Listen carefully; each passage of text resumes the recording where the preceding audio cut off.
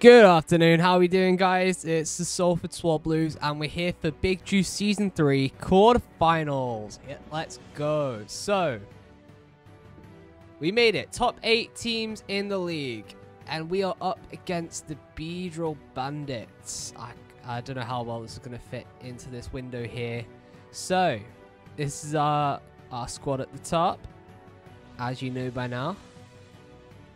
So let's look at this team at the bottom. We've got Latias, Landorus, Therian, Jellicent, Galarian Corsola, Dondozo, Entei, Registeel, Sneasler, which is Terra Dark, Arboliva, and Mega Aerodactyl. So, this is a worrying team, I can't lie. We faced this in week 3. It was a very different team. The Terra captains changed. We didn't have threats like Dondozo and Entei. And we just about came on top. Just about. Came very close. So, what am I worried about in this match? So, Entei is a problem because Sacred Fire, neither... My two answers to Entei are Samurott and Great Tusk, and neither of them want to take a burn. Sneasler is obviously a big problem. Mega Aerodactyl after Dragon Dance is going to be a huge issue to answer. Dondozo possibly. I need to have something to answer that. Landorus, Therian, and Latias, just obviously very fantastic Pokemon. So, here is the team that we're going to go with. So, starting with Great Tusk with the Covert Cloak. So, this is going to stop not just Entei Sacred Fire burning us, but Sneasler's Dire Claw putting anything on this Pokemon. Because Headlong Rush and Close Combat are going to do a lot of damage. Rapid Spin's just going to get us that speed boost. With 228 speed and Jolly Nature, we outspeed Mega Aerodactyl after a Rapid Spin. Ice Spin is going to do some work against Latias, against Landorus. If any of them want to switch in, they're going to have to take one of those. Then we've got Ferrothorn. So, obviously, this is worrying because we have Entei to go against. But we've got Leech Seed, Stealth Rock. We really need some hazards going up on this. Body Press and Knock Off. Knock Off is going to be good just to try and scout what items, what sets our opponents are holding this time. And Rocky Helmet's just going to help chip people down. So Sneasler, anyone like that. Then we have Galvantula with the Focus Sash, Timid Nature, 232 speed, Thunder Wave, Hidden Power, Ice, Volt Switch, and Sticky Web. So, problem with this at the moment is Sticky Web's not quite as good as I would like it to be in this matchup. Because we've got Mega Aerodactyl, we've got Landorus, and we've got Latias, and they're all just not gonna... They're just not gonna notice it at all. But if it does trip up Entei, and if it does trip up Sneasler, that's going to work in our favor. Also, we need some special attacking power if Dondozo comes. So Volt Switch is going to help with that. Thunder Wave is going to be good. Getting some paralysis on the opponent is going to be key to this matchup. And then Hidden Power Ice is just going to threaten that Landorus and that Latias if they want to come in on this. Then we have the classic, the offensive MVP, the Pest, Iron Moth with the booster energy. We're going for very classic, just a very classic agility set here. Fiery Dance to get out those, get those boosts up. Dazzling Gleam to hit Latias with. Discharge goes against Mega Aerodactyl, against Dondozo. Chosen this over Energy Ball because then we can hit Entei for neutral damage at least, which we really need. Then we have Samurott with the Choice Band, Sharpness, Max HP, Max Attack, Adamant Nature. We're doing as much damage as we can with this. Choice Band Aqua Jet, I think, is going to be huge in this matchup. It's going to hit Entei, it's going to hit Landorus. If we can get anything we might outspeed or might take a hit from, then Aqua Cutter or Ceaseless Edge is going to do huge amounts of damage into a lot of his team. Sacred Sword's there as well for a Registeel, but Aqua Cutter might do a lot as well, so we'll see. And finally, we have Rotom Fan. This guy has come to every game since I've drafted him in week 11. And I think he just rounds this team out and everything else on my squad really nicely. So we've got the heavy duty boots because we don't want to take stealth rock damage. We've gone for calm nature, max HP, max defense. We just want to be nice and bulky. We want to sponge a hit or two. We want to pain split, recover, and we want to thunder wave things. We've also got defog because if anything takes out Great Tusk, we want to make sure we can get rid of hazards.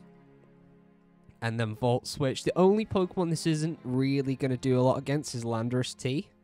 But I do have answers to that. So I think it's okay. And we can Pain Split. So, let's go into the replays. Let's see how we're doing. So, game 1. This is what he brings. So, first off, I want to say, big thank you to Biff, who helped me do a few mocks for this. And when we did some mocks, actually, Biff brought this exact team. So I had a few matches against these 6 Pokemon. Not the exact sets, but pretty close in the end, actually. So we'll see how it comes out. So let's go through these. So we leave Ferrothorn, he leads Landorus. That's fine. Gets a knockoff. So instantly, Rocky Helmet, Iron Barbs, and Life Orb damage. He's attacked, and we've done a lot of damage to him already. That's good. And then we get Stealth Rocks. Okay, that's less ideal. Get a little bit of recovery on the Leech Seed. He's going to take even more on that U-turn. And then, so we know Registeel is a Rocky Helmet user as well, but we get rid of the Rocky Helmet. That's good. Get a nice Paralyze on the Registeel whilst he gets up his rocks. We go into Great Tusk. Easy Rapid Spin, get that speed up.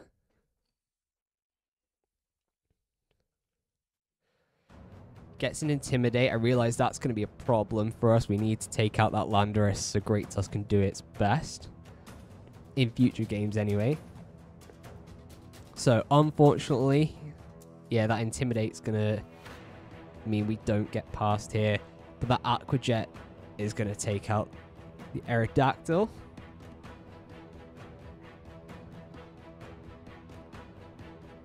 So, luckily, we can Pain Split here. So, we could have taken another Draco. Easy switch into Iron Moth. Who gets that up? That's fine. Get double speed. That was unfortunate. We get the Thunder Wave, but we go past it. We get Fiery Dance. We do a lot of damage into Entei. We get a Paralysis. And we're going to take out that Entei there. That's good enough for me. Now, that Sneasler has just used a normal gem with Fake Out. That's a really good way, because now he's triggered his Unburden. So now he's doubled his speed. That was a really good play on his part. Really good prep. And I don't realize this at first, actually. So Galvantula goes down. We miss a Thunder Wave. That was very unfortunate. I think that could have changed how this game went, possibly. But in the end, we're going to take out the Sneasler, but we're not going to be able to touch the Latias before it Dracos us. So, very close, but unfortunately we did lose game 1. Let's move on.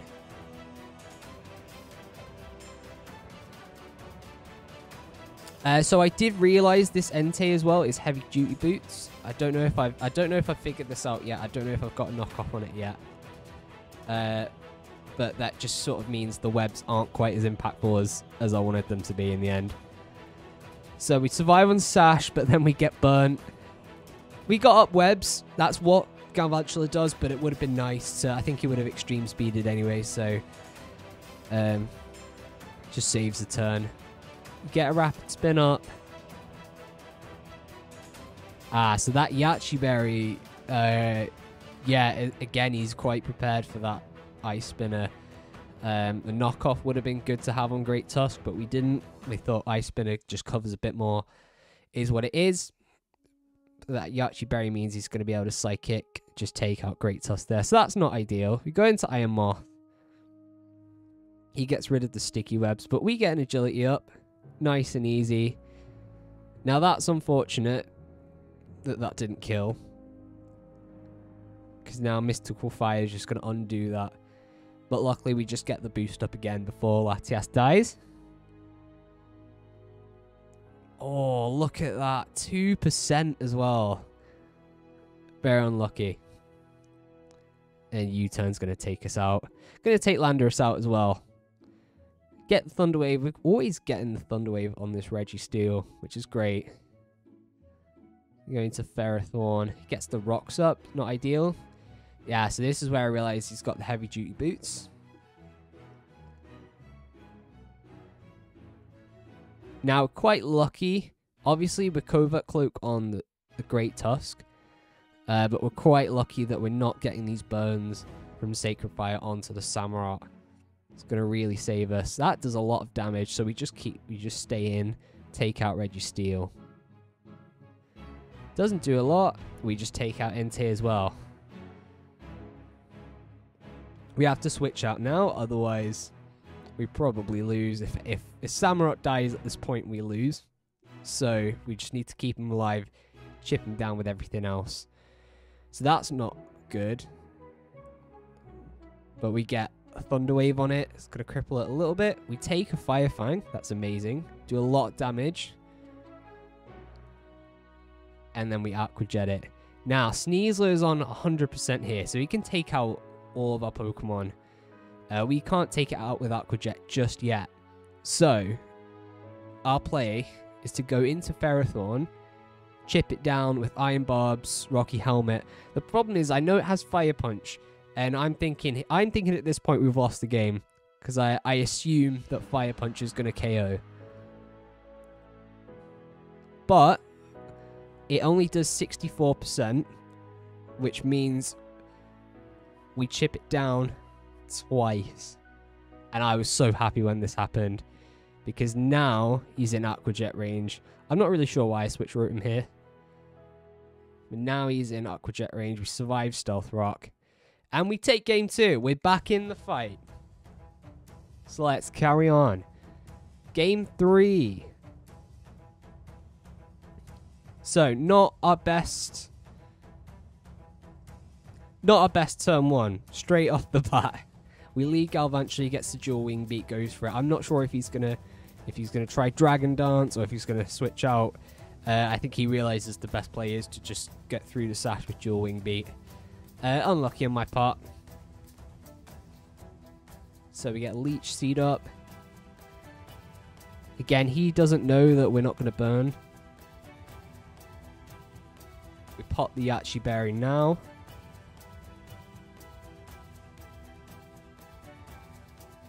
And then we get a nice Pain Split, recover that HP.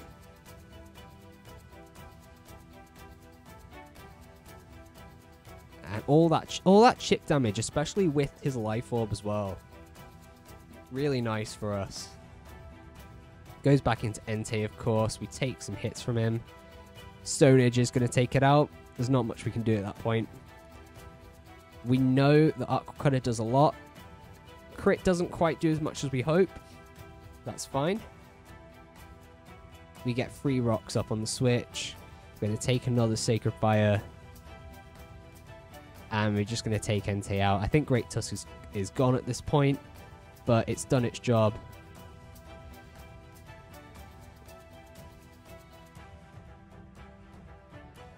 And again, just with the chip and the Life Orb damage, we take out Landorus Therian.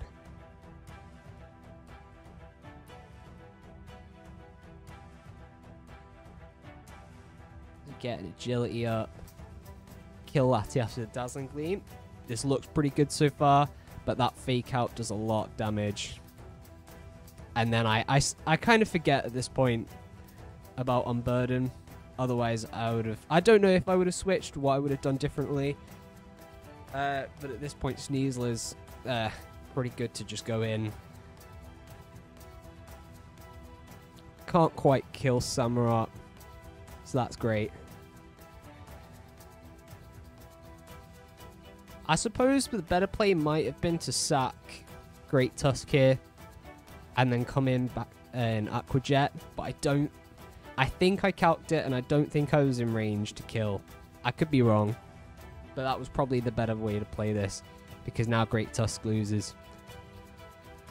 And so that's game 3. So now if we lose the next game, it's over for the season. So we'll see how we do. Switch the sides. Game 4. Now I'm feeling a bit of pressure here. And of course, I lead Ferrothorn straight into Entei. Not our best play. Unlucky lead. I was thinking I could go with Rotom Fan or with Galvantula. I think I decided not Galvantula because we were pretty unlucky with that game 3. Rotom Fan could have worked here. Only problem is if he leads Landorus, then there's not much I can do.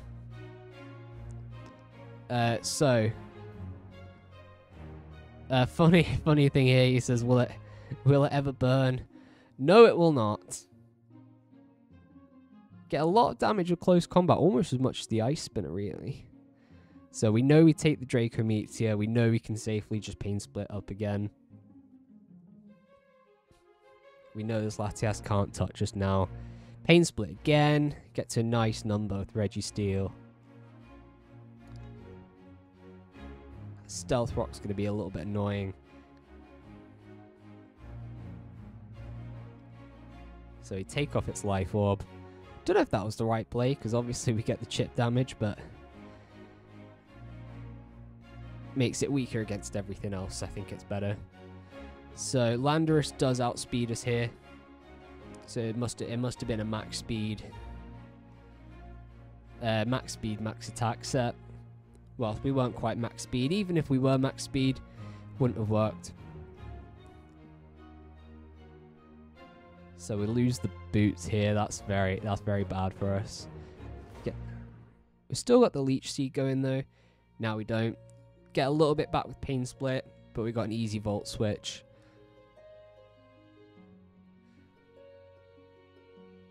So we hang on with the Sash. And again, I forget about the Yachi Berry. I don't know if Volt Switch would have done more. Probably wouldn't have, to be honest. But there goes Galvantula. Get the power on the Latias for later.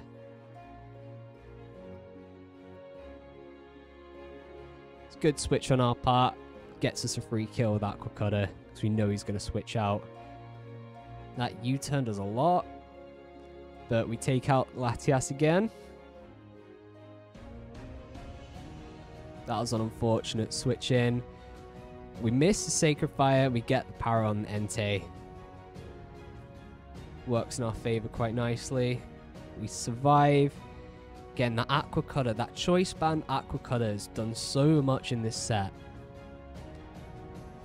Samurott's easily been our best player, with Ferrothorn as its sort of defensive backup. Moth's not been Moth's best day. But Ferrothorn goes down here. We take it out with a Fiery Dance, because we know it will probably kill us. But it's unfortunate, because now we don't have the speed boost. Because now that dual wing beat doesn't quite.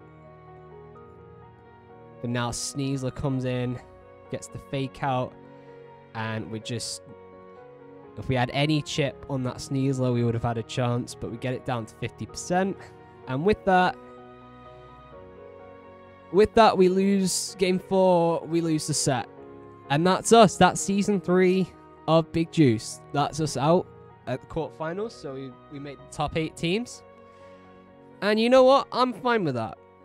I'm fine with that. I had a really good time. I can't wait for season 4. And I'm really happy with the team in the end.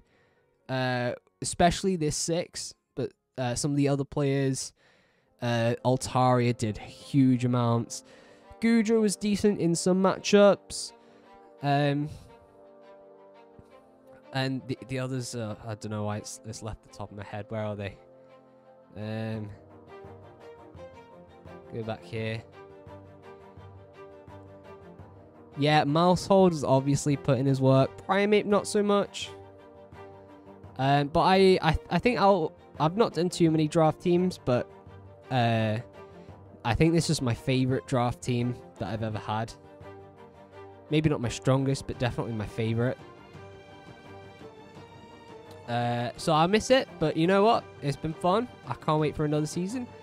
So before we end this video, we just had the Season 3 award show. So let's have a look at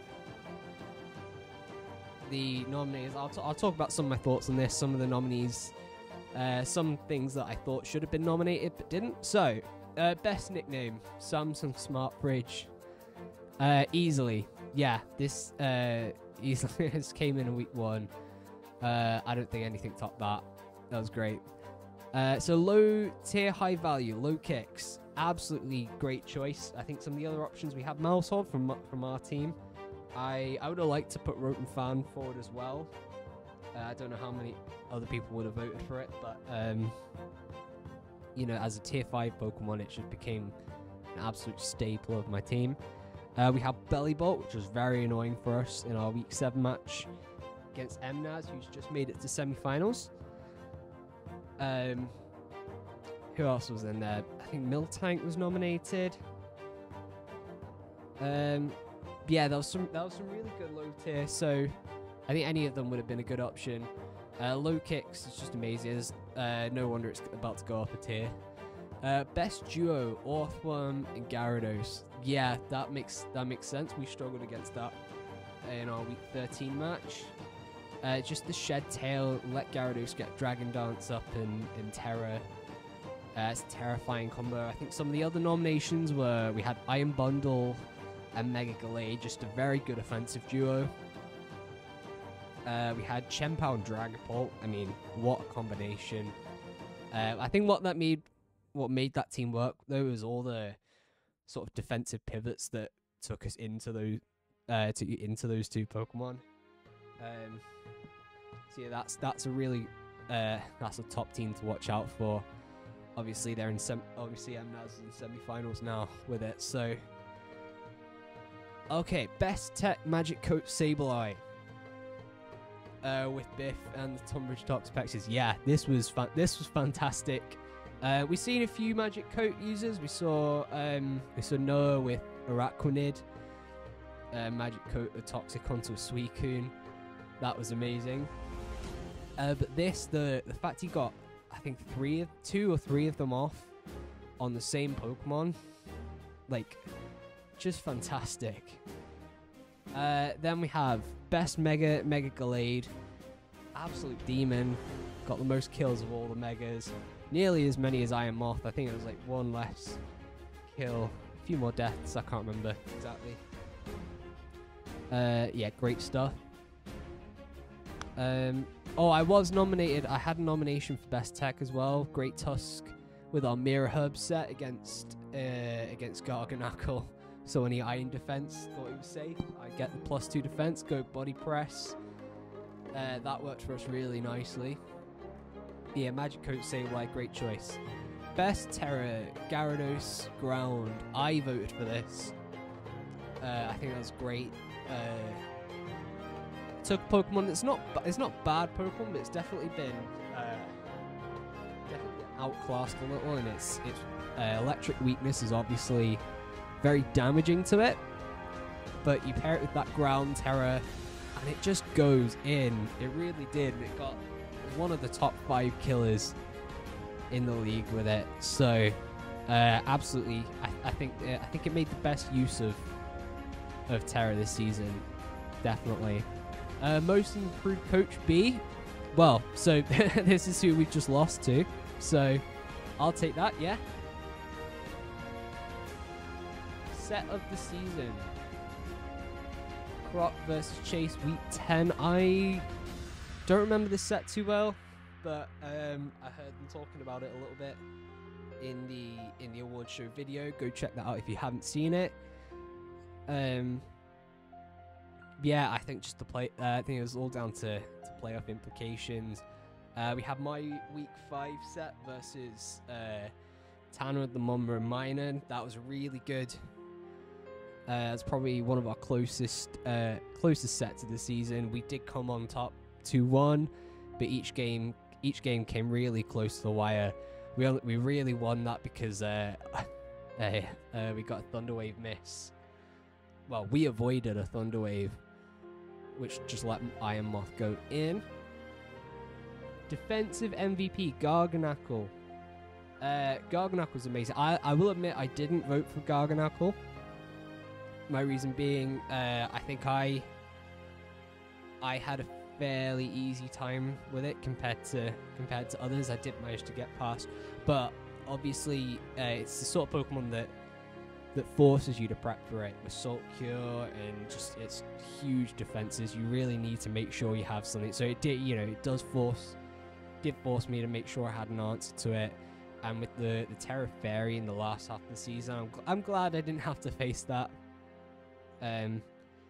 Because yeah, I know it's just absolutely walled some teams, and with offensive partners like Chi-Yu as well to go with it. Yeah, so fair play. I think Ferrothorn was nominated for this as well.